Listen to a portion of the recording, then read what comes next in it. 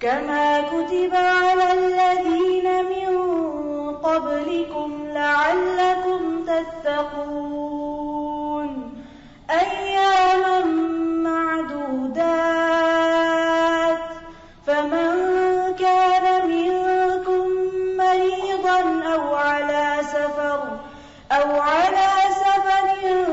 فعدة من أيام أخر وعلى الذين يطيقونه فدية طعام مسكين فمن تطوع خيرا فهو خير له وأن تصوموا خير لكم إن كنتم تعلمون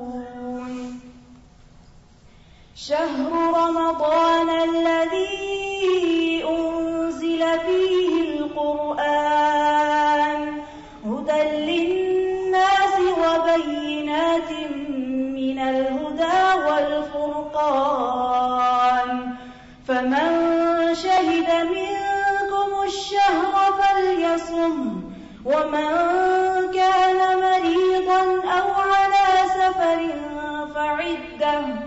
فعدة من أيام أخر يريد الله بكم اليسر ولا يريد بكم العسر ولتكملوا العدة ولتكبروا الله على ما هداكم ولعلكم تشكرون وإذا سألك عبادي عني فإني قريب أجيب دعوة الداع إذا دعان فليستجيبوا لي وليؤمنوا بي لعلهم يرشدون أحل لكم ليلة الصيام الرفث إلى نسائكم هن لباس لكم وأنتم لباس لهم علم الله أنكم كنتم تختانون أنفسكم فتاب عليكم وعفى عنكم فالآن باشروهن وابتغوا ما كتب الله لكم وكلوا واشربوا حتى يتبين لكم الخيط الأبيض من الخيط الأسود من الفجر ثم أتموا الصيام إلى الليل ولا تباشروهن وأنتم عاكفون في المساجد تلك حدود الله فلا تقربوها كذلك يبين الله آياته للناس لعلهم يتقون نحمده ونصلي على رسوله الكريم أما بعد فأعوذ بالله من الشيطان الرجيم بسم الله الرحمن الرحيم رب اشرح لي صدري ويسر لي أمري واحلل عقدة من لساني يفقهوا قولي. اس وقت آپ کے سامنے سورۃ البقرہ سے روزے کی فرضیت کے بارے میں جو آیات ہیں آیت نمبر 183 سے لے کر آخر تک پڑھی گئی. ان آیات کا ترجمہ: اے لوگو جو ایمان لائے ہو، تم پر روزہ رکھنا فرض کر دیا گیا جیسا کہ تم سے پہلے لوگوں پر فرض کیا گیا تھا تاکہ تم بچ جاؤ. گنتی کے چند دن ہیں. جو کوئی تم میں سے بیمار ہو یا مسافر ہو تو وہ گنتی کو دوسرے دنوں سے پورا کر لے. اور جو لوگ روزہ رکھنے کی طاقت نہ رکھتے ہوں وہ ایک مسکین کا کھانا فدیے میں دیں. پھر جو کوئی خوشی سے نیکی کرے تو وہ اسی کے لیے بہتر ہے. اور یہ کہ تم روزہ رکھو یہی تمہارے لیے اچھا ہے اگر تم علم رکھتے ہو. رمضان کا مہینہ وہ مہینہ ہے جس میں قرآن نازل کیا گیا جو لوگوں کے لیے ہدایت اور روشن نشانیوں پر مشتمل ہے اور فرقان بھی ہے. تو تم میں سے جو بھی اس مہینے کو پائے اسے چاہیے کہ وہ اس کے روزے رکھے اور جو کوئی بیمار ہو یا سفر پر ہو، مسافر ہو، تو وہ دوسرے دنوں سے گنتی پوری کر لے۔ اللہ تمہارے لیے آسانی چاہتا ہے اور تمہارے لیے تنگی نہیں چاہتا، اور تاکہ تم گنتی پوری کرو اور تاکہ تم اللہ کی بڑائی بیان کرو اس بات پر کہ اس نے تم کو ہدایت عطا کی، اور تاکہ تم شکر گزار بن سکو۔ اور جب میرے بندے آپ سے میرے بارے میں سوال کریں تو بتا دو کہ یقیناً میں قریب ہوں، میں پکارنے والے کی پکار کا جواب دیتا ہوں جب بھی وہ مجھے پکارے۔ بس چاہیے کہ وہ میری بات مانیں اور مجھ پر ایمان لائیں تاکہ وہ ہدایت پائیں۔ تمہارے لیے روزے کی راتوں میں اپنی بیویوں کے پاس جانا حلال کر دیا گیا، وہ تمہارا لباس ہیں اور تم ان کا لباس ہو۔ اللہ جانتا ہے کہ تم اپنے نفسوں سے خیانت کر رہے تھے، پھر وہ تم پر مہربان ہوا اور اس نے تم سے درگزر کیا، تو اب ان سے تعلق قائم کرو اور وہ تلاش کرو جو اللہ نے تمہارے لیے لکھا ہے، اور کھاؤ اور پیو یہاں تک کہ سفید دھاری سیاہ دھاری سے الگ ہو جائے فجر کے وقت، پھر اپنا روزہ رات تک پورا کر لو، اور ان سے مباشرت نہ کرو جبکہ تم مسجد میں اعتکاف کی حالت میں ہو، یہ اللہ کی حدود ہیں، ان کے قریب نہ جاؤ۔ اسی طرح اللہ تعالیٰ اپنی نشانیاں لوگوں کے لیے واضح فرماتا ہے تاکہ وہ بچ سکے۔ تھوڑی دیر کے لیے سوچئے کہ آپ کی عمر کیا ہے۔ ہم سب کو اپنے بارے میں اتنا تو پتا ہی ہوتا ہے کہ ہم کتنے سال کے ہو گئے، پھر یہ سوچئے کہ آپ بالغ کب سے ہیں، پھر آپ سوچئے کہ آپ کی زندگی میں کتنے رمضان گزر چکے ہیں، پھر سوچئے کہ ایک اور رمضان کا اس زندگی میں مل جانا اللہ کی کتنی بڑی نعمت ہے، کتنا بڑا احسان ہے کہ اس نے مجھے ایک موقع اور دے دیا، ایک چانس اور دے دیا، اور مجھے اس موقع کو گنوانا نہیں، مجھے اس وقت کو ضائع نہیں کرنا، مجھے نیکیوں کے اس موسم بہار میں نیکیوں میں پیچھے نہیں رہنا، مجھے اس مہینے سے حقیقت میں وہ حاصل کرنا ہے جس کے لیے اللہ نے مجھے یہ چانس عطا کیا ہے، یہ نعمت عطا کی ہے، یہ رحمت عطا کی ہے۔ کتنے ہی لوگ ایسے ہوں گے جو پچھلے رمضان میں دنیا میں موجود تھے اور اب موجود نہیں ہیں، ان کا چانس ختم ہو گیا، لیکن ہمیں ایک موقع اور مل گیا۔ جیسا کہ آپ نے ان آیات میں دیکھا کہ روزے کا مقصد ایک ہی ہے اور وہ ہے تقویٰ۔ روزے کا اگر لفظی معنی دیکھا جائے تو لفظی معنی ہے رک جانا، سٹاپ، یعنی لفظ روزہ آتے ہی ذہن میں کیا آنا چاہیے؟ سٹاپ، رک جاؤ۔ جیسے آپ رکتے ہیں کہاں؟ ریڈ لائٹ پہ۔ آپ تیز گاڑی دوڑا کے جا رہے ہوتے ہیں، سرخ بتی جل گئی، آپ رک جاتے ہیں، سٹاپ، آگے نہیں جانا۔ روزہ دراصل ہمیں رک جانے کی ٹریننگ دیتا ہے، رک جانے کا سبق سکھاتا ہے کہ رک جانا ہے، خواہ کتنا بھی لذیذ کھانا اور کتنا بھی اچھا کھانا ہمارے سامنے ہو، لیکن ایک خاص وقت کی حد تک جب ہم پہنچتے ہیں، حتی یتبین لکم الخیط الابیض من الخیط الاسود، تو ہم رک جاتے ہیں، ہاتھ روک لیتے ہیں۔ اسی طرح رات کو نیند کے لیے کتنا بھی دل چاہ رہا ہو، کتنی بھی نیند آئی ہو، لیکن سونے میں کمی کر دیتے ہیں، سونے سے رک جاتے ہیں، کیونکہ دن کی عبادت تو روزہ ہے اور رات کی عبادت قیام اللیل ہے، جسے ہم عام طور پہ تراویح کہتے ہیں، جو رات کے پہلے حصے میں ادا کی جاتی ہے۔ آخری حصے میں ادا کریں تو وہ تہجد کہلاتی ہے، اور پہلے حصے میں ادا کریں تو تراویح ہوتی ہے۔ اور پھر نہ صرف یہ کہ کھانے پینے سے رکنا، شوہر اور بیوی کے جائز اور حلال تعلق سے رکنا، نیند سے رکنا، بلکہ اس کے ساتھ ساتھ اور بھی بہت سی ایسی باتوں سے رکنا کہ جو ہمارے لیے نقصان دہ ہیں، جو واقعی ہمیں اللہ تعالی کی ناراضگی کی طرف لے جاتی ہیں۔ تو گویا روزہ ایک ٹریننگ ہے، یا دوسرا نام ہے سیلف کنٹرول کا۔ روکنے کے لیے کیا کیا جاتا ہے؟ جیسے آپ گاڑی کو کیسے روکتے ہیں؟ بریک لگا کے، اور بریک لگاتے لگاتے بالکل ایک لائن پہ آ کے پھر اس سے آگے نہیں جاتے، تو گویا آپ نے گاڑی کو کنٹرول کر لیا، روک لیا.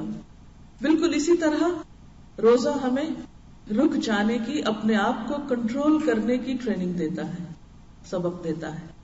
تو ہم سب کو رک جانا ہے بہت سی چیزوں سے. اور اس رک جانے کا اصل مقصد کیا ہے؟ یہ خود کو روکنا بہت سی اللہ کی ناپسندیدہ چیزوں سے. کس لیے آخر؟ لعلکم تتقون، تاکہ ہمارے اندر تقوی پیدا ہو سکے. اور تقوی کیا ہے؟ برے انجام سے بچنے کے لیے گناہوں سے رک جانا، گناہوں سے بچنا، اللہ کی ناراضگی کے کاموں سے بچنا، اور اللہ کی رضا کی خاطر اور آخرت کے عذاب سے بچنے کے لیے اللہ کی اطاعت کے کاموں کو کرنا. تو تقوی دو چیزوں پر مشتمل ہے، ایک کرنے پر اور ایک نہ کرنے پر. تو اگر ہمیں رمضان کے مہینے میں اپنا گول اچیو کرنا ہے، اور وہ کیا ہے جو میں نے نہیں سیٹ کیا، وہ اللہ نے ہمارے لیے سیٹ کر دیا، لعلکم تتقون، تاکہ تمہارے اندر تقوی آ جائے، تم غلط کاموں سے بچنا سیکھ جاؤ اور تم اللہ کی اطاعت کرنے پر آمادہ ہو جاؤ. اللہ کی رضا میں، اللہ کی خوشی کے لیے وہ سب کچھ کرو جو اللہ تم سے چاہتا ہے کہ تم کرو، اور ان سب چیزوں سے بچ جاؤ جو اللہ تم سے چاہتا ہے کہ تم بچ جاؤ. تو ہمارا پھر رمضان کا گول کیا ہوا؟ رمضان کا مقصد کیا ہے؟ یہ ایک موقع جو ہمیں ملا ہے، یہ چانس جو ہمیں نصیب ہوا، اسے ہم نے کس کے لیے اویل کرنا ہے؟ اپنے اس ٹارگٹ کو میٹ کرنے کے لیے، اس گول کو پانے کے لیے، اور اپنے اس مقصد کو پورا کرنے کے لیے کہ مجھے روزے کے ذریعے، یاد رکھیے روزہ منزل نہیں ہے، روزہ ایک ذریعہ ہے، ایک ٹول ہے، ایک وسیلہ ہے، ایک واسطہ ہے جو آپ کو لے کے جائے گا آپ کی اصل منزل تک، جو اس بات کی ٹریننگ ہے کہ جب رکنے کو کہا جائے تو رکنا ہے، رکنا ہے، خود کو روکنا ہے.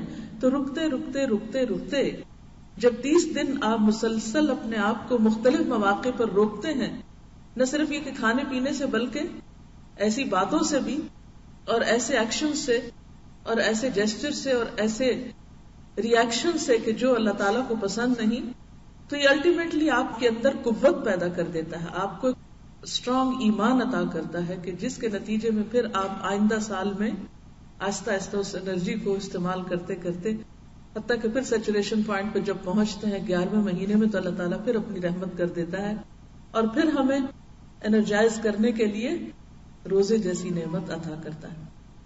اور جیسا کہ آپ سب جانتے ہیں کہ روزہ عبادت ہے.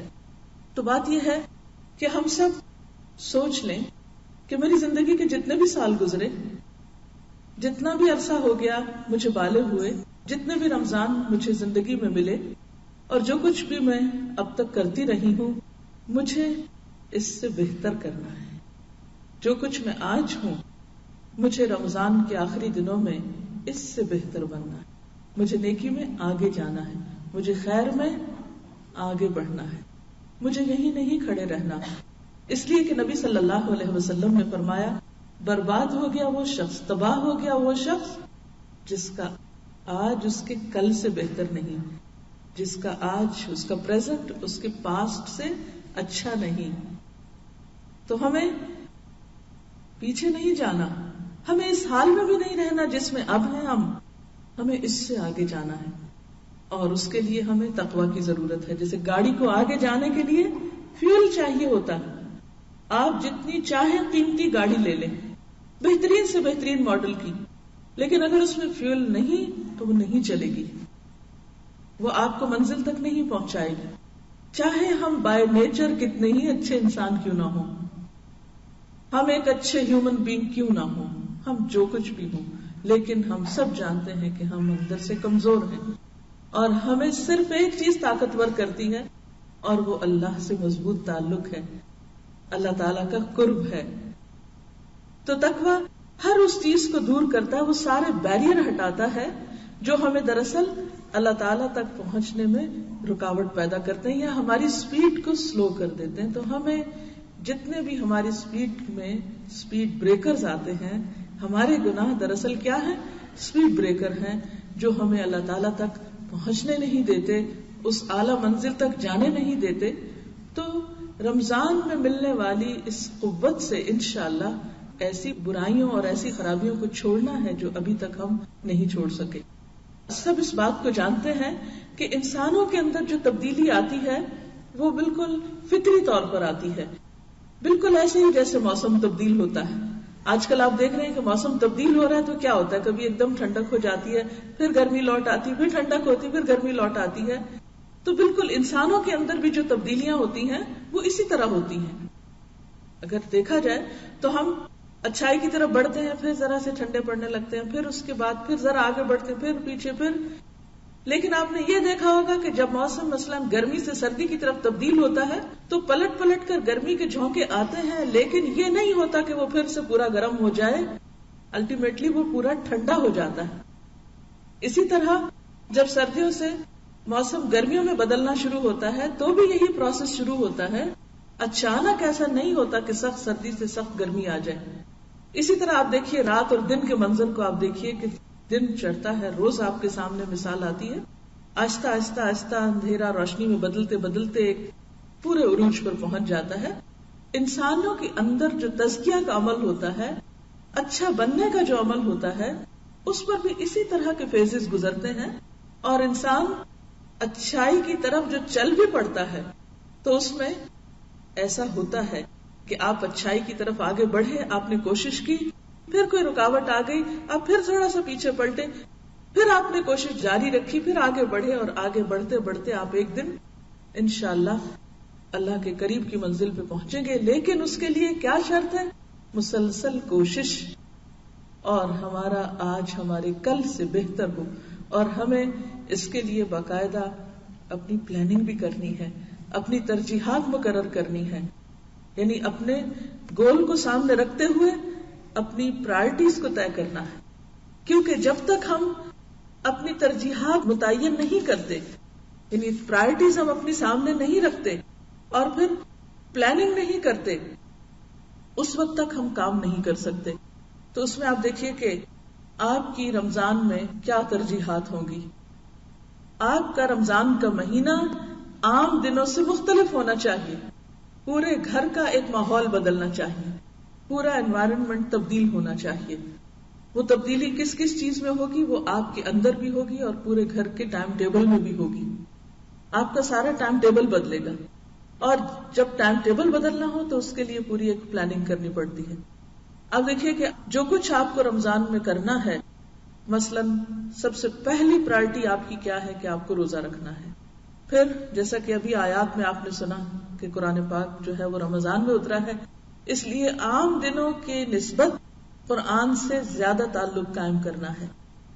پھر اسی طرح قرآن کے ساتھ ساتھ اللہ سے دعائیں بھی خوب مانگنی، کیونکہ رمضان ہی کے متعلق جو آیات ہیں اس میں قرآن کی بات خاص طور پر وَإِذَا سَأَلَكَ عِبَادِي عَنِّي فَإِنِّي قَرِيبٌ أُجِيبُ دَعْوَةَ الدَّاعِ إِذَا دَعَانِ، دعاؤں کا ذکر آتا ہے.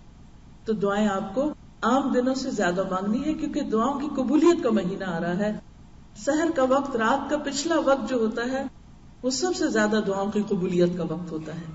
عام دنوں میں ہم سحری کے وقت نہیں اٹھتے، لیکن رمضان میں ہمیں لازماً اٹھنا پڑتا ہے سحری کھانے کے لیے، کیونکہ سحری کھانے میں بھی برکت ہے اور اس میں بھی اجر اور ثواب ہے. تو اس وقت دعاؤں کی قبولیت کا وقت ہے. پھر آپ سارا دن عبادت میں ہوتے ہیں، روزے کی حالت میں ہوتے ہیں، وہ بذات خود ایک اللہ کے قرب کا ذریعہ ہے، اور پھر اس میں دعا قبول ہوتی ہے. پھر افطار کا وقت خاص طور پر دعاؤں کی قبولیت کا وقت ہے، اس میں آپ کو دعائیں کرنی ہیں. تو گویا عام دنوں کی نسبت آپ کی دعائیں بھی زیادہ ہوں گی. عام دنوں کی نسبت نمبر 1 روزہ، نمبر 2 قرآن سے تعلق، نمبر 3 دعائیں، اور پھر اٹھتے بیٹھتے ذکر کا بھی اہتمام، کیونکہ روزے کی بھوک کانسٹنٹ ریمائنڈر ہوتی ہے اس بات کا کہ there is some change in your life. تو وہ چینج جو ہے وہ آپ کو کس چیز کے قریب کرے؟ اللہ کے قریب کرنے کے. اور سب سے زیادہ انسان اللہ کے قریب کب ہوتا ہے؟ جب وہ ذکر کی حالت میں ہوتا ہے، کیونکہ بندے کے ہونٹ جب تک اللہ کے ذکر میں ہلتے رہتے ہیں اللہ تعالیٰ بندے کے ساتھ ہوتا ہے. اور پھر اسی طرح صدقہ خیرات، کیونکہ یہ مہینہ ایک دوسرے کی ہمدردی کرنے کا مہینہ ہے، غمخواری کرنے کا مہینہ ہے، جس مہینے میں انسان کے جو اعمال ہیں وہ عام دنوں کی نسبت زیادہ اجر اور ثواب کے مستحق ہوتے ہیں، لہٰذا آپ کو عام دنوں کی نسبت زیادہ صدقہ خیرات کرنا ہے. اس کے لیے آپ کو پھر پلاننگ کرنی ہوگی. پھر اسی طرح راتوں کی عبادت، خاص طور پر آخری عشرہ جو ہے اس میں آپ کو جو کچھ کرنا ہے اس کی پلاننگ بھی شروع سے ہی کرنی ہوگی. مثلاً اگر آپ کہیں کام کرتے ہیں یا کہیں جاب کرتے ہیں یا کوئی بھی آپ کا اور بزنس ہے یا کچھ، تو ان 10 راتوں کو خاص طور پر آپ اللہ کی عبادت کے لیے عام دنوں کی نسبت زیادہ خاص کر لیں. نبی صلی اللہ علیہ وسلم عام حالات میں بھی ہمیشہ نیکیوں کی طرف دوڑتے رہتے تھے، لیکن رمضان کے آخری عشرے میں خاص طور پر آپ صلی اللہ علیہ وسلم کے صدقہ خیرات کی خاص طور پر ذکر آتا ہے حدیث میں کہ آپ صلی اللہ علیہ وسلم جب جبریل سے ملتے، یعنی جبریل علیہ السلام سے، اور رمضان کی ہر رات میں آپ کی ملاقات ہوتی، تو آپ آندھی سے بھی زیادہ تیزی کے ساتھ صدقہ خیرات کیا کرتے تھے. تو اس مہینے میں کوشش یا ٹارگٹ ہمارا یہ ہونا چاہیے کہ کوئی بھی شخص جو ہمارے آس پاس یا ہمارے جان پہچان میں ہے، کوئی بھی خیر اور بھلائی سے محروم نہ رہ جائے، یا ہماری طرف سے اس کو کسی نہ کسی قسم کا فائدہ ضرور پہنچے. اور اس کے لیے بھی ہمیں پھر پلاننگ کرنا ہے. اور زکوٰۃ کے علاوہ افطار کی شکل میں یا عید کے تحائف کی شکل میں یا پھر دین کی تعلیم کو آگے بڑھانے کے لیے یا فقراء، مساکین، یتامى، جو بھی لوگ ہیں ان سب کی مدد اور خدمت کے لیے، خواہ وہ یہاں ہیں خواہ وہ کہیں اور ہیں، اس کے لیے بھی آپ کو کوشش کرنا ہوگا. پھر اسی طرح خصوصاً حقوق العباد میں صلہ رحمی، رشتہ داروں کا حق جو ہے اس کی طرف بھی توجہ کرنی ہوگی. تو بہرحال یہ ہماری ترجیحات میں سے ہوگا کہ یہ ہماری پرائرٹیز ہیں. عام دنوں میں یہ سب کام ہم کرتے بھی ہیں، نہیں بھی کرتے، کبھی آف اینڈ آن اوپر نیچے کرتے ہیں، لیکن ہمیں گن کے ٹارگٹ رکھ کے ان تمام چیزوں کو کرنا ہے. اور اس کے لیے پلاننگ کرنا ہے. پلاننگ کس طرح کرنا ہے؟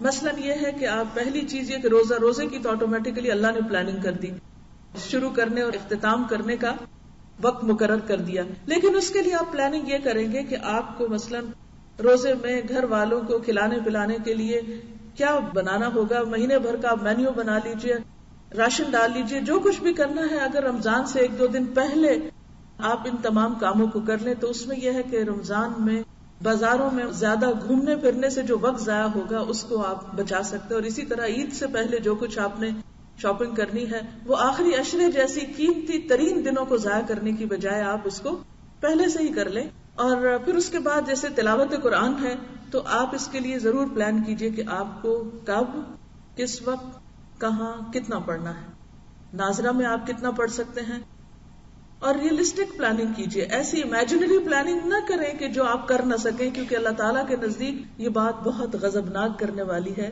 قرآن پاک میں اللہ تعالیٰ فرماتے ہیں یا ایھا الذین آمنوا لم تقولون ما لا تفعلون، اے لوگو جو ایمان لائے ہو، کیوں تم وہ باتیں کہتے ہو جو تم کرتے نہیں ہو. جو کرنا نہیں وہ کہنا بھی نہیں، اس کا پھر کوئی دعویٰ بھی نہیں کرنا. تو آپ جو بھی پلاننگ کریں وہ ایسی کریں جس کو آپ میٹ کر سکیں.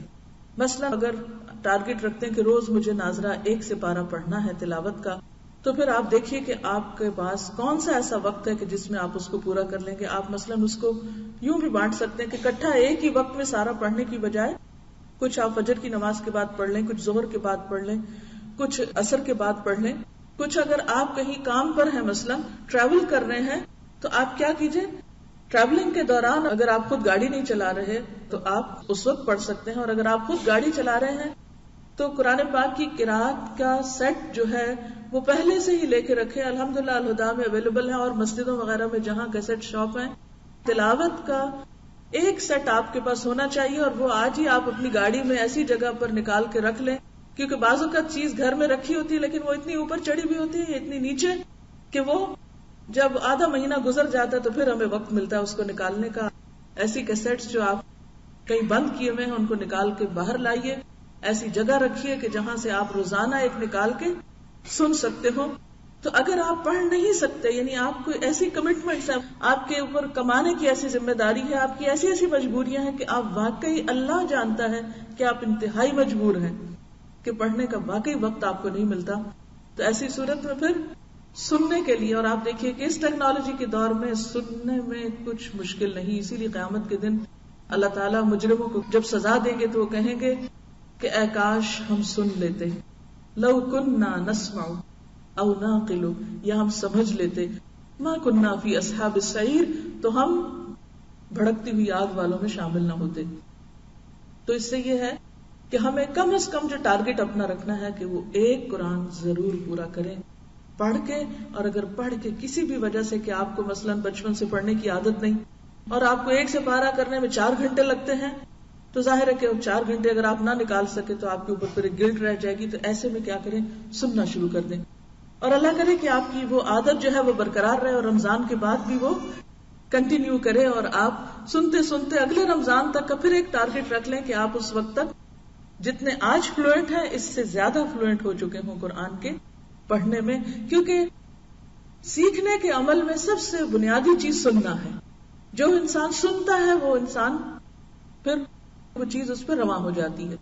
تو انشاءاللہ تعالی تلاوت کا کم از کم 1 سپارہ، بہتر تو یہ ہے کہ 1 سپارہ آپ ویسے ریڈ کریں، 1 سپارہ تراویحوں میں سنیں، 1 سپارہ ترجمے کے ساتھ کہیں سنیں، اگر کہیں دورہ قرآن آپ کے آس پاس ہو رہا ہے تو، اور اگر نہیں ہو رہا تو فہم القرآن کی کیسٹس ہیں ترجمے کی، ان کو آپ سن لیں، اور کوئی نہیں تو کچھ سحری بناتے ہوئے، کچھ افطاری بناتے ہوئے، کوئی ڈرائیونگ کرتے ہوئے، کوئی اور کام کرتے ہوئے، جو بھی آپ کام کر رہے ہیں اس دوران اگر ٹارگٹ رکھ لیں کہ 1 سپارہ مجھے پورا کرنا ہے تو اچھا ہے۔ اور اگر وہ نہیں تو کہیں بھی قرآن کی جو کلاسز ہو رہی ہیں ان کو آپ جوائن کر کے کچھ نہ کچھ وقت دن کا ایسا ضرور نکالیں کہ جس میں آپ قرآن کی مجلس میں بیٹھیں، چاہے گھر والوں کے ساتھ وہ مجلس کریں یا کہیں باہر جا کے کریں، لیکن قرآن کی مجلس میں بیٹھ کر جو قرآن انسان کے اندر جذب ہوتا ہے اس کی تو بات ہی کیا ہے۔ تو کیونکہ رمضان میں قرآن نازل کیا گیا ہے، اور یہ تجربے سے ثابت شدہ بات ہے کہ جتنا قرآن رمضان میں سمجھ میں آتا ہے اور دل میں اترتا ہے، عام دنوں میں روزے کے بغیر وہ بات ہی نہیں بنتی، کیونکہ اللہ تعالیٰ نے ان 2 چیزوں کو لازم و ملزوم رکھا۔ لہٰذا روزے کی حالت میں قرآن کا پڑھنا اور سننا، اور پھر خاص طور پر رات کے وقت، اور جیسے کہ وہ حدیث میں آتا ہے کہ قیامت کے دن روزہ اور قرآن انسان کے حق میں سفارش کریں گے، آ کے کھڑے ہو جائیں گے۔ روزہ کہے گا یا رب میں نے اس کو دن میں کھانے پینے اور دیگر شہوانی خواہشات سے روکے رکھا، تو اس کے حق میں میری سفارش قبول فرما۔ اور اسی طرح قرآن سفارش کرے گا کہ یا رب رات کو میں نے اسے نیند سے روکا، یعنی اس کی سفارش میں خاص طور پر رات کی نیند کا ذکر ہے، یعنی اگر دن میں نہیں وقت ملا کسی وجہ سے تو تراویح میں یا تو خود پڑھ کے یا آپ کسی مسجد میں جائیں یا گھر میں انتظام کریں، کچھ بھی کریں، لیکن میک شور کہ آپ کھڑے ہو کر قرآن کو پڑھیں یا سنیں، تو یہ زیادہ آپ کے لیے انشاءاللہ تعالی بہتر ہوگا۔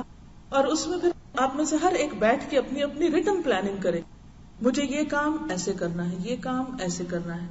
پھر اگر تراویح پڑھنا ہے تو پہلے سے طے کر لیں کہ تراویح کہاں پڑھنے جائیں گے آپ، کون سی قریب ترین مسجد یا جگہ ہے۔ یہ نہ ہو کہ ادھر سے نماز کا وقت ہو اور ادھر گھر میں بیٹھ کے آپ جھگڑ رہے ہو، ایک کہے وہاں چلے دوسرا کہے وہاں چلے، اور آپ پہنچے اس وقت جبکہ پہلے حصہ جو ہے وہ قرآن کا پورا ہو چکا ہو۔ تو آپ کو ٹارگٹ یہ رکھنا چاہیے کہ مجھے لیٹ نہیں جانا نماز میں، مجھے پورا کرنا ہے، لہٰذا مجھے اول وقت پہنچنا ہے تاکہ میں اپنا پورا سن سکوں۔ اور انشاءاللہ جب آپ نیت کر لیتے ہیں نا، ارادہ کر لیتے ہیں، 100% کا آپ ارادہ کر لیتے ہیں، تو انشاءاللہ اگر آپ اس میں سے 98% کر پائے، 95 کر پائے، تو بھی جو آپ کی نیت تھی اللہ تعالیٰ اس کو کاؤنٹ کرے گا اور آپ کا اجر پورا ہو جائے گا۔ اور پھر یہ ہے کہ اس میں استقامت اختیار کریں، کبھی ایک مسجد میں جانا، کبھی دوسری میں، کبھی تیسری میں، کبھی چوتھی میں، کہیں سے کچھ کہیں سے کچھ کہیں سے کچھ، یہ طریقہ ٹھیک نہیں ہے، کیونکہ اس میں آپ کا قرآن پورا نہیں ہوتا، آپ سنجیدگی کے ساتھ کھڑے ہو کر اول سے آخر تک نہیں سن سکتے۔ لہٰذا جہاں بھی جانا ہے، جو آپ کی چوائس ہے، قاری صاحب بہت اچھا پڑھتے ہیں یا کم اچھا پڑھتے ہیں، جو بھی کرتے ہیں کرتے رہیں، لیکن آپ کے نزدیک اس وقت خوبصورت قراتیں سننا مقصد نہیں ہونا چاہیے، مقصد یہ ہونا چاہیے کہ مجھے ایک ترتیب کے ساتھ اپنا پورا قرآن جو ہے اس کو سننا ہے۔ اس سے آپ دیکھیں گے کہ آپ کے اندر ایک خاص قسم کی سیٹسفیکشن بھی پیدا ہوگی، ایک اطمینان پیدا ہوگا۔ جب ہم ادھورے کام کرتے ہیں تو ہم کہیں کے نہیں ہوتے، نہ ادھر کے نہ ادھر کے۔ تو آپ کو اپنا ٹارگٹ کیا رکھنا، پلاننگ کیا کرنی ہے کہ مجھے قرآن پورا سننا ہے یا پورا پڑھنا ہے۔ خواتین یا ایسے لوگ کہ جن کے قریب کوئی مسجد نہیں ہے یا ڈرائیو نہیں کر سکتے یا کوئی لے جانے والا نہیں ہے یا پھر کوئی پابندی نہیں ہے، تو ایسی صورت میں آپ کیا کر سکتے ہیں؟ گھر میں بھی خود سے پڑھ سکتے ہیں، اور اس کے لیے ہمیں دلیل ملتی ہے حضرت عائشہ رضی اللہ تعالی عنہا کے غلام حضرت زکوان کی، کہ جو مصحف سے دیکھ کر نفل نماز پڑھتے تھے. اور اب بھی آپ خانہ کعبہ میں تراویح کے موقع پہ چلے جائیں، حتیٰ کہ امام پڑھ بھی رہے ہوتے تو پیچھے لوگوں نے اپنا بھی کھولا ہوتا ہے، کیونکہ سن کے دیکھ کے پڑھنے سے زیادہ سمجھ میں آتا ہے. اور نفل نماز میں اس کی اجازت ہے، رخصت موجود ہے. تو جو لوگ نہ کہیں جا سکتے ہوں وہ کھول کے بھی پڑھ لیں. اور اس میں آپ یہ بھی کر سکتے ہیں کہ اگر دن میں آپ کو الگ سے تلاوت کے وقت نہیں ملا تو پھر آپ کی تلاوت اور نماز دونوں رات کو نفل میں اکٹھی ہو جائے گی، دونوں چیزیں اکٹھی کر لیں. دیکھیے سب کے اوپر ایک فارمولا نہیں فٹ ہو سکتا. جیسے آپ سب کے ڈریسز فرق ہوتے ہیں نا، ہر ایک کا سائز فرق ہے، بالکل اسی طرح ہر شخص کی لمٹ اور کیپیسٹی فرق ہے. سب کو ایک فارمولا نہیں دے سکتے اور میں آپ کو اب لسٹ بنا دوں جی آپ کو ہر روز 1 سپارہ تلاوت کرنا ہے، تراویح پڑھ. بہت اچھا ہے جو یہ سب کر سکے. جو یہ سب نہ کر سکیں تو وہ پھر کم از کم کچھ تو ضرور کریں. اور منیمم کیا ہے کہ آپ تراویح میں پھر 1 سپارہ یا سنیں یا پھر اس کو دیکھ کے پڑھ کے اپنی تراویح مکمل کریں. پھر اس کے بعد آپ دیکھیے کہ اگلا ٹارگٹ ہمارا کیا ہے کہ دعائیں، یعنی کہ ہم نے عام دنوں سے زیادہ دعائیں مانگنی ہیں. اس کے لیے بھی تھوڑی سی پلاننگ کر لیں. مثلا آپ کے پاس دعاؤں کی کتابیں موجود ہوگی، الحمدللہ ہر جگہ سے اویلیبل ہیں. نہیں تو الہدا کے اسٹال پہ اللہ کا شکر ہے اسٹاک موجود ہے. اور آپ اس میں بھی پلاننگ کس طرح کریں کہ مثلا سحری کے وقت آپ نے قرآنی اور مسنون دعاؤں سے آپ نے دعائیں پڑھنی ہیں. آپ روز کا 1 پیج باندھ لیں کہ مجھے 1 پیج پڑھنا ہے، 2 پڑھنے ہیں، ساری پڑھنی ہے. اٹ ڈیپینڈس کہ آپ کے پاس کتنا ٹائم. اچھا اس سے کیا ہوگا، جتنی بھی قرآنی دعائیں ہیں وہ ساری کی ساری آپ شروع سے لے کے آخر تک ایک صبح کے وقت میں، سحری کے وقت میں پڑھ جائیں گے.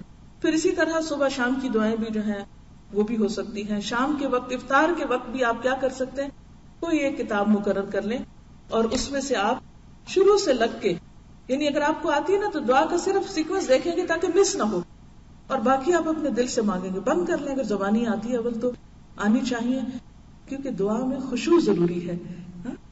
اور یہ کتاب کا بتانا یہ کوئی آپ کے اوپر فرض ہے، لازم نہیں، لیکن یہ میں پلاننگ آپ کو کر کے دے رہی ہوں کہ اس طرح فائدہ کیا ہوگا، چھوٹے گا کچھ نہیں. صفحہ ایک پڑھا ادھر سے ایک ادھر سے نشانی رکھ لی. 30 دنوں پہ پڑھنا ہے تو ہفتے میں 1 دن ختم کرنی ہے تو ہر روز پوری دعائیں پڑھنی ہے تو یہ تو ہر ایک کے لیے اپنا میدان کھلا ہے. جتنا بھی کوئی جیسا کرنا چاہے وہ کر سکتا ہے. پھر اسی طرح ذکر اذکار ہے تو مثلاً آپ اس میں ویرائٹی بہت موجود ہے. استغفار بھی موجود ہے، لا حول ولا قوت الا باللہ بھی ہے، سبحان اللہ و بحمدہ سبحان اللہ العظیم بھی ہے. تو آپ یہ کر سکتے ہیں کہ تھوڑا سا اپنا حساب رکھا کریں کہ میں کون کون سی تسبیح کی ہے یا نہیں کی. اس میں پھر آپ اپنے دن کی جو روٹین ہے اور ہر ایک کی فرق ہوتی ہے. مثلا آپ بچوں کو اسکول چھوڑنے کے لیے جاتے ہیں تو آپ سوچیں جاتے ہوئے میں تسبیح پڑھوں گی سبحان اللہ کی، واپسی پہ میں لا حول ولا قوت الا باللہ پڑھوں گی. اب چھٹی کے وقت بچوں کو لینے جا رہے ہیں تو آپ استغفار جاتے ہوئے پڑھ لیں، واپسی پہ آپ چوتھا کلمہ جو ہے اس کو پڑھ لیں. یعنی اس سے کیا فائدہ ہوگا کہ ساری چیزوں کا جو فیض اور برکت ہے انشاءاللہ تعالی وہ آپ کو نصیب ہوگی. پھر اسی طرح آپ دیکھیے کہ صدقہ خیرات جو ہے اس کی بھی پلاننگ کریں. اگر آپ کو زکوٰۃ دینی ہے تو ابھی سے آپ اپنی جیولری، اپنی ہر چیز کی پوری کیلکولیشن کر لیں کہ آپ کے پاس زکوٰۃ کے قابل کیا کیا چیزیں، کل آپ کے پاس پیسے کتنے ہیں، کرنسی میں کیا ہے آپ کے پاس. پھر اس کے بعد یہ کہ گولڈ کتنا ہے آپ کے پاس. باقی آپ کے پاس کوئی ایسی چیز ہے جو آمدنی کا ذریعہ ہے یا جس پر زکوٰۃ لاگو ہوتی ہے، یہاں ہے یا کسی اور ملک میں ہے یا کسی بینک میں ہے یا گھر میں رکھی ہوئی ہے، وٹ ایور، سب کو اپنا پتا ہوتا ہے. اور اس بہانے وہ ساری جو چیزیں وہ بھی سامنے آ جاتی ہیں. اگر اس میں سے کچھ وصیت کرنا ہے آپ کو تو بھی آپ کے سامنے ایک پوری لسٹ آ جائے گی کہ میں اس چیز کی مالک ہوں اور اس میں سے میں اگر معلوم نہیں آئندہ زندگی کیا ہو، اتنا میں اللہ کے راستے میں دینا چاہتی ہوں یا اتنا فلاں بچے کو یا کسی کو پڑھنے کو یا وٹ ایور، تو اس کی بھی آپ ایک طرح سے لسٹ بنا لیں. اور زکوٰۃ ویسے تو اس مہینے میں ڈیو ہوتی ہے جب آپ مالک ہوئے مال کے، لیکن اگر تھوڑا آگے پیچھے بھی ہو تو رمضان میں دینے سے یہ ہے کہ اجر و ثواب زیادہ ہوتا ہے. لیکن اس میں غیر معمولی تاخیر نہیں کہ 6 مہینے آپ کے ہو گئے زکوٰۃ کو ڈیو اور آپ روک کے رکھے زکوٰۃ کا مال کہ جی رمضان آئے گا تو پھر میں زکوٰۃ دوں گی. تو یہ طریقہ درست نہیں ہے. اس میں آپ دے دیجئے اور اگر اگلے سال کا آپ نے ابھی سے دینا ہے تو پہلے پھر آپ دے دیجئے اگر رمضان کا ثواب آپ کو حاصل کرنا ہے.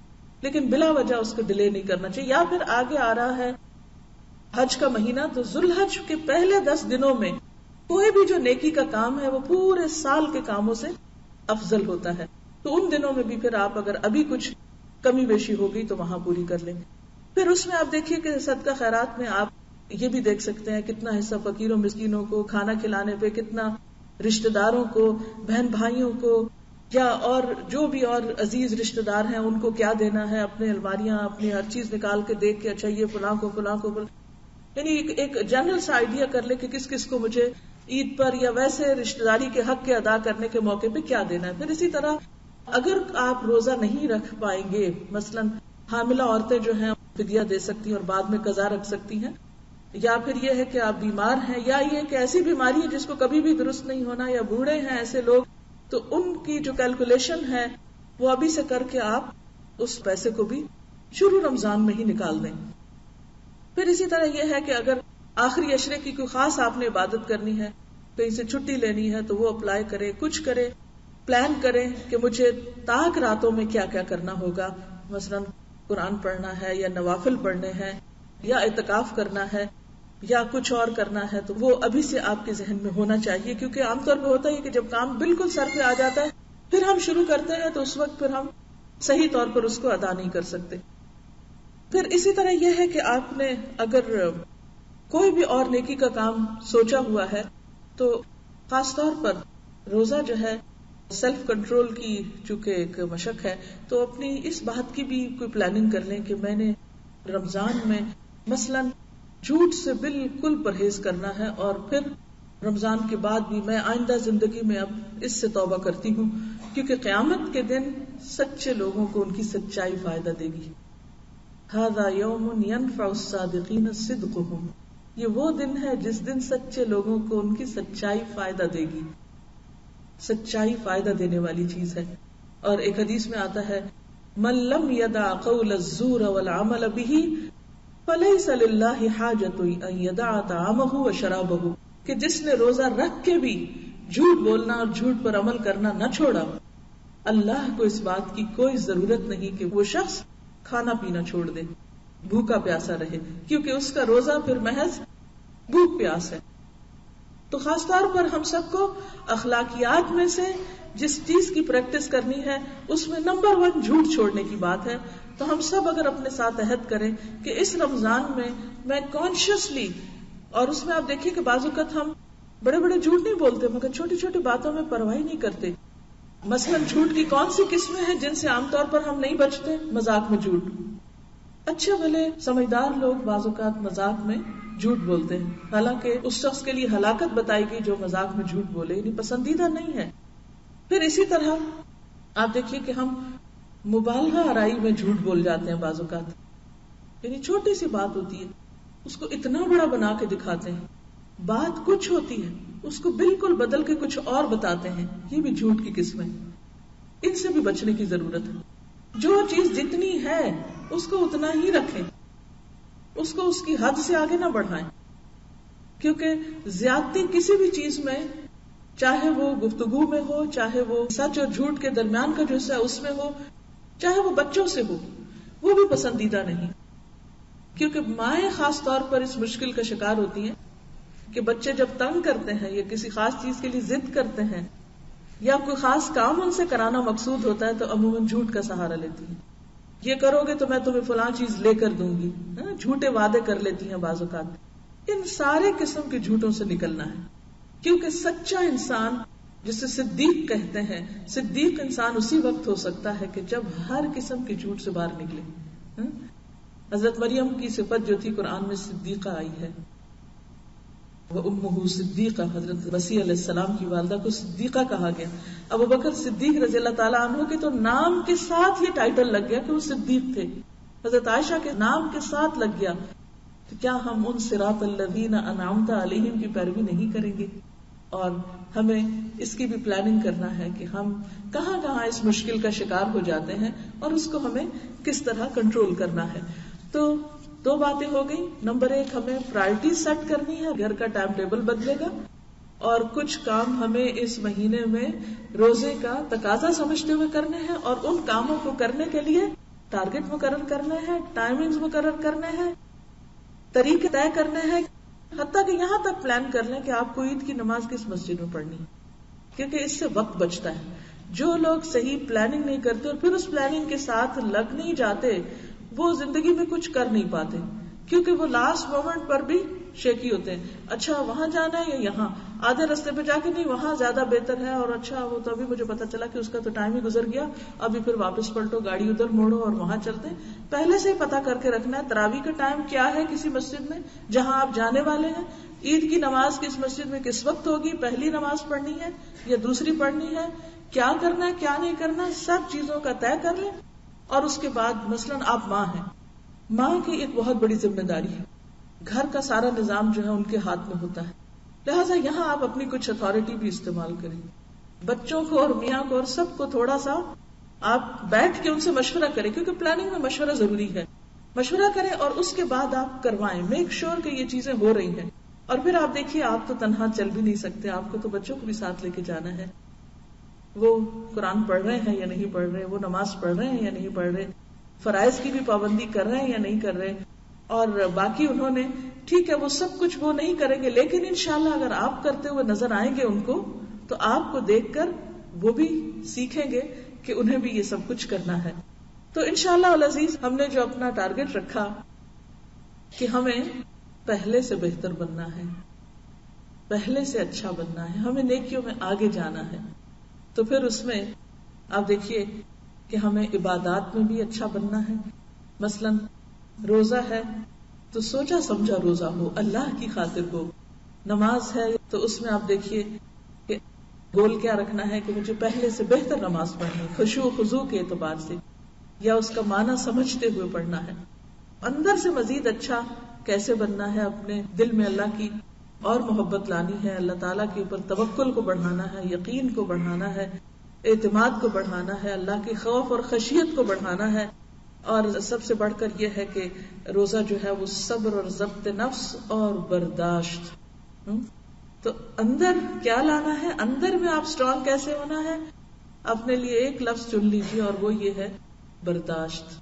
یعنی پورا مہینہ آپ کو اپنی اندرونی حالت کی پریکٹس کرنے کے لیے برداشت کو اپنا موٹو بنانا ہے کہ مجھے برداشت کرنا، مجھے بھوک برداشت کر رہی ہوں تو مجھے دوسرے کی کڑوی کسیلی باتیں بھی برداشت کرنی ہے، مجھے اپنے غصے کو بھی کنٹرول کرنا ہے، مجھے اپنے فضول باتیں کرنے کی جو عادت ہے اس کو بھی کنٹرول کرنا ہے، زیادہ کثرت کلام کو بھی کنٹرول کرنا ہے.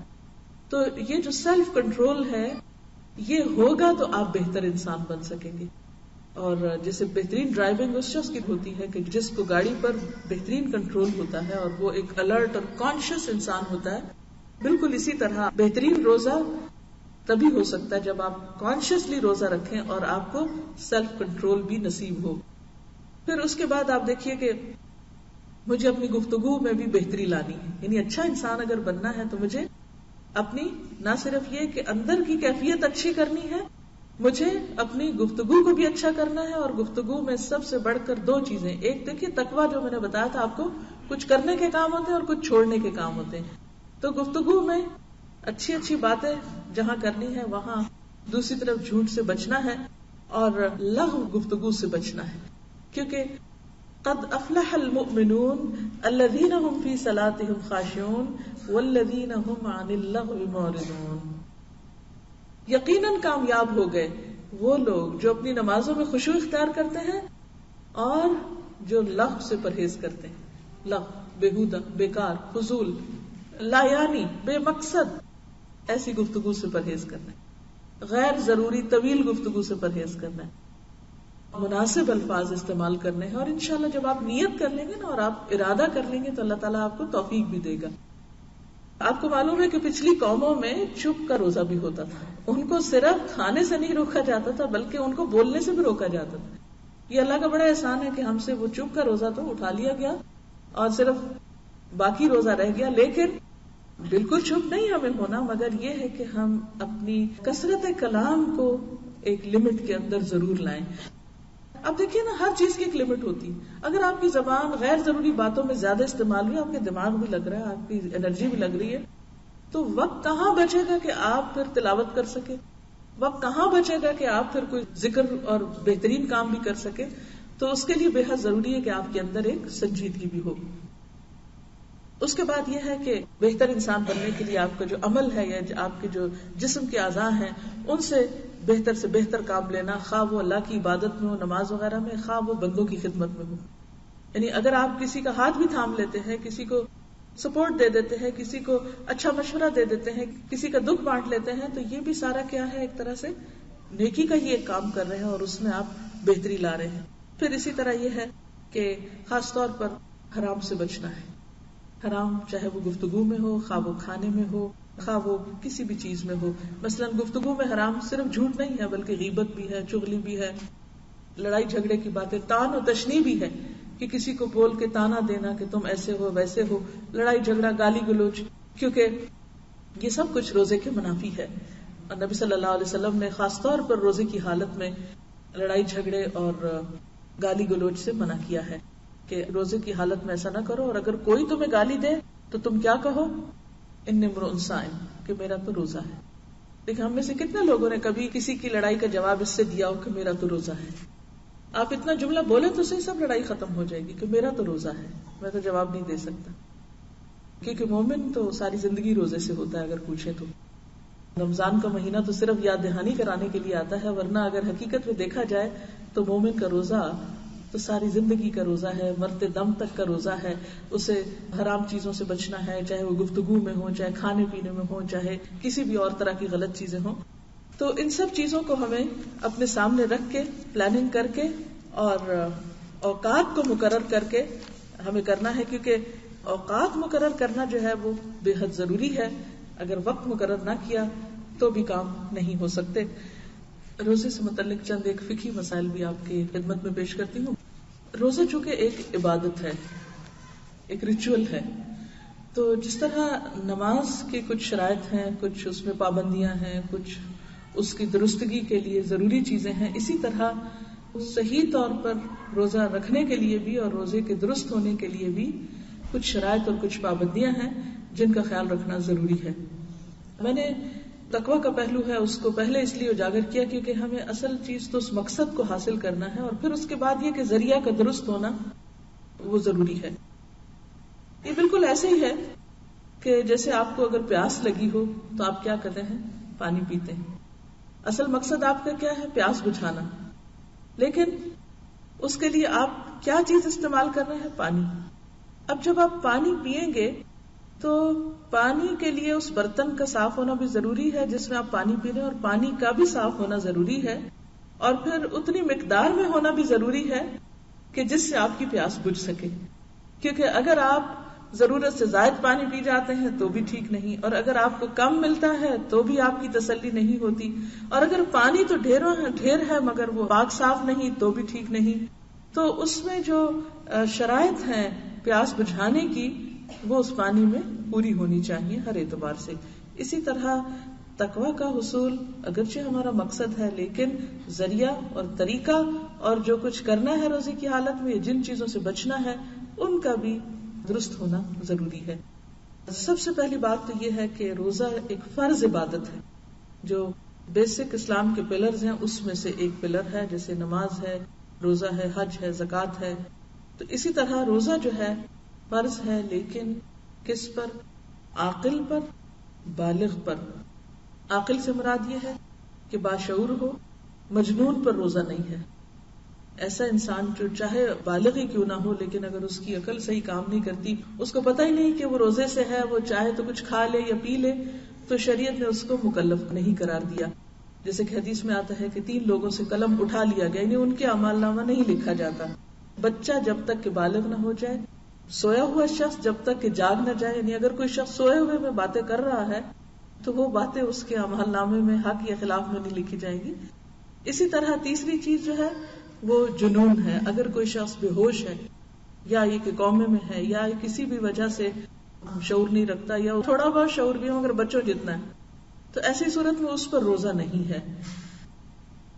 اور پھر اسی طرح نابالغ بچے پر بھی روزہ فرض نہیں ہے، بالغ پر فرض ہے.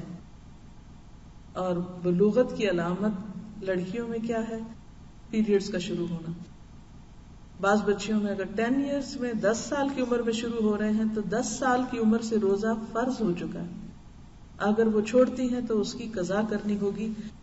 اور اس میں خاص طور پر آپ دیکھیے کہ بعض اوقات چھوٹے چھوٹے عذر یا چھوٹا چھوٹا بہانہ کر کے ہم روزہ جو ہے اس کو چھوڑ دیتے ہیں. تو اس میں آپ دیکھیے کہ حدیث میں آتا ہے کہ آپ صلی اللہ علیہ وسلم نے فرمایا میں نے اپنی امت کے ایک آدمی کو خواب میں دیکھا, اور پیغمبروں کے خواب سچے ہوتے ہیں, حقیقت پر مبنی ہوتے ہیں. میں نے اپنی امت کے مسلمانوں میں سے ایک شخص کو خواب میں دیکھا کہ وہ پیاس سے ہانپ رہا ہے, پیاسا ہے, جیسے یعنی کہ شدید پیاس کا شکار ہے. جب بھی حوض پر وارد ہوتا ہے, یعنی حوض پر پانی پینے کے لیے آتا ہے, اسے روک دیا جاتا ہے, آنے نہیں دیا جاتا.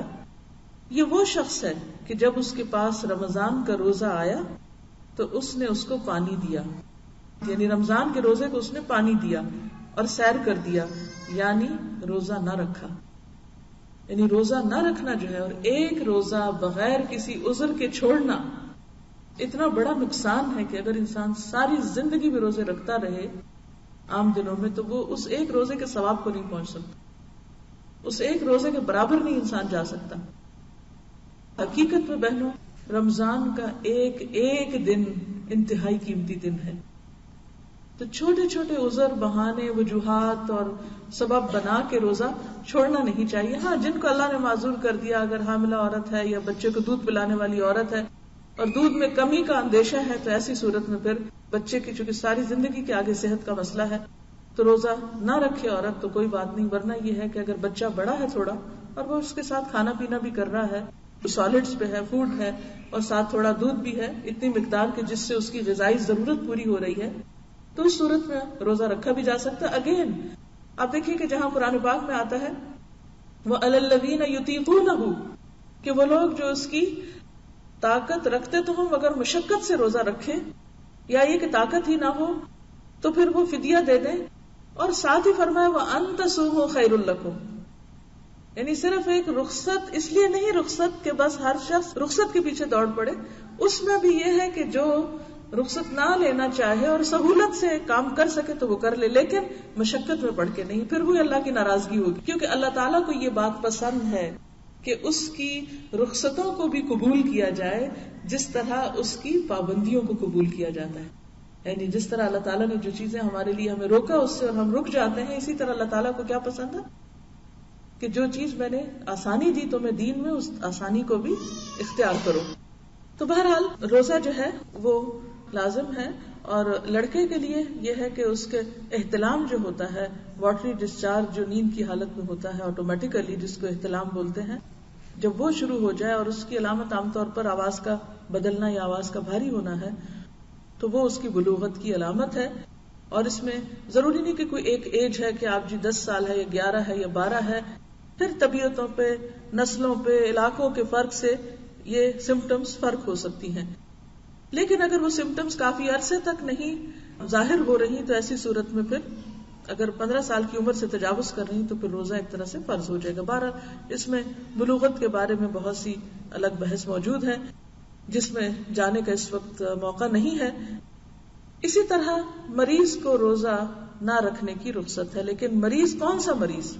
ہر مریض نے یہ نہیں کہ فلو ہو گیا تو جی اب آج روزہ نہیں رکھ رہے کیونکہ فلو ہو گیا. فلو کو تو بلکہ آرام آئے گا اگر آپ روزہ رکھے تو وہ مریض جس کے مرض میں روزہ رکھنے سے اضافہ ہو, جس کی تکلیف میں اضافہ ہو. مثلا السر کے بعض مریض ہوتے ہیں کہ جن کو ہر تھوڑی دیر کے بعد کھانا پڑتا ہے.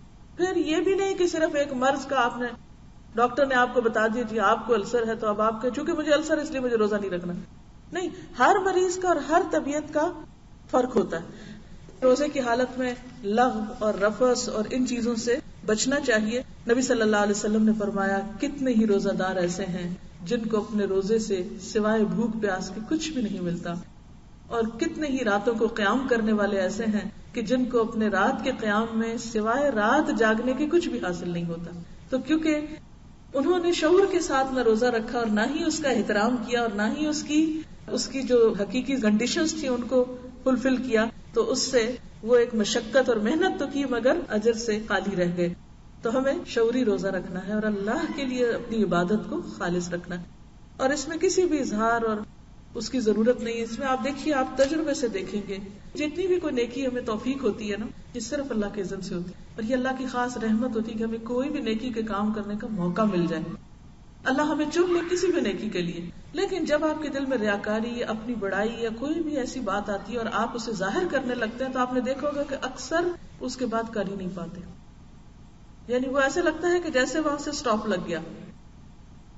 جب کام میں دکھاوا آ جاتا ہے نا، تو اس سے نقصان کیا ہوتا ہے کہ وہ جس کی توفیق سے کر رہے تھے نا، وہ مدد کا ہاتھ پیچھے سے ہٹ جاتا ہے اور کام جو ہے وہ سب کھٹائی میں پڑ جاتا ہے.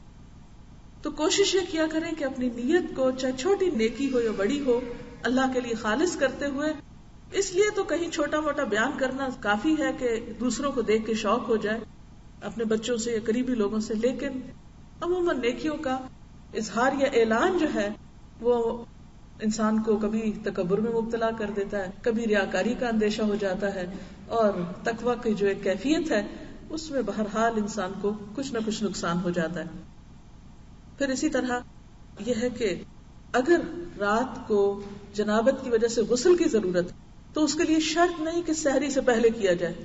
مثلا اگر آنکھ دیر سے کھلی تو انسان کے میں تو ناپاک ہوں اور اب تو میں آج روزہ ہی نہیں رکھ سکتی کیونکہ میں تو پاک ہی نہیں. اگر ناپاک بھی ہے تو کوئی بات نہیں، سحری کھا لیجیے اور نماز سے پہلے آپ غسل کر سکتے ہیں. بہت سے لوگوں کو یہ مسئلہ نہیں معلوم ہوتا، جس کی وجہ سے بعض اوقات وہ روزے میں خلل کر جاتے ہیں. حدیث میں آتا ہے کہ نبی صلی اللہ علیہ وسلم کو بعض اوقات اس طرح فجر ہوتی کہ آپ جنابت کی حالت میں ہوتے، آپ سحری کھا لیتے اور اس کے بعد غسل فرماتے، یعنی فجر کی اذان کے بعد بھی آپ نہا سکتے ہیں. پھر اسی طرح آپ دیکھیں روزے کی حالت میں منہ میں ایک خاص قسم کی بساند ہو جاتی، اگرچہ وہ جو بساند ہے وہ اللہ تعالیٰ کو بہت پسند ہے، وہ کستوری سے بھی زیادہ خوشبودار ہے اللہ کے ہاں، لیکن اس کے باوجود مسواک کی کثرت کرنی چاہیے تاکہ جو منہ کے اندر سے اسمیل ہے وہ بلا وجہ دوسروں کو اذیت دینے کا سبب نہ بنے. نبی صلی اللہ علیہ وسلم روزے کی حالت میں مسواک کیا کرتے تھے، اور مسواک سے اگر مسواک کی کڑواہٹ یا کسی بھی قسم کا ذائقہ زبان پر آتا ہے تو چونکہ وہ حلق سے نیچے نہیں جاتا، اس سے روزہ مکروہ نہیں ہوتا یا روزہ ٹوٹتا نہیں ہے. پھر اسی طرح یہ ہے کہ شوہر اور بیوی کا جسمانی تعلق تو درست نہیں ہے، لیکن ویسے اگر ایک دوسرے کے قریب آنے سے یا ایک دوسرے کو ہاتھ لگانے سے روزہ جو ہے وہ نہیں ٹوٹتا. پھر اسی طرح سرما لگانے سے بھی روزہ نہیں ٹوٹتا، یا آنکھ میں کوئی تھوڑی بہت دوا اگر ڈالے، لیکن شرط یہ ہے کہ وہ حلق سے نیچے نہ جائے. دھواں یا کھانے کی خوشبو سے بھی روزہ نہیں ٹوٹتا، یا کلی کرنے سے روزہ نہیں ٹوٹتا. شرط یہ ہے کہ بس حلق سے نیچے کوئی چیز نہیں جانی چاہیے. اسی طرح بعض اوقات بعض لوگ استھما کی وجہ سے اگر وہ پف لیتے ہیں تو وہ بھی ہے کہ لنگز میں جاتا ہے، اسٹمک میں نہیں جاتا، تو جو چیز اسٹمک میں جائے اس سے روزہ ٹوٹتا ہے.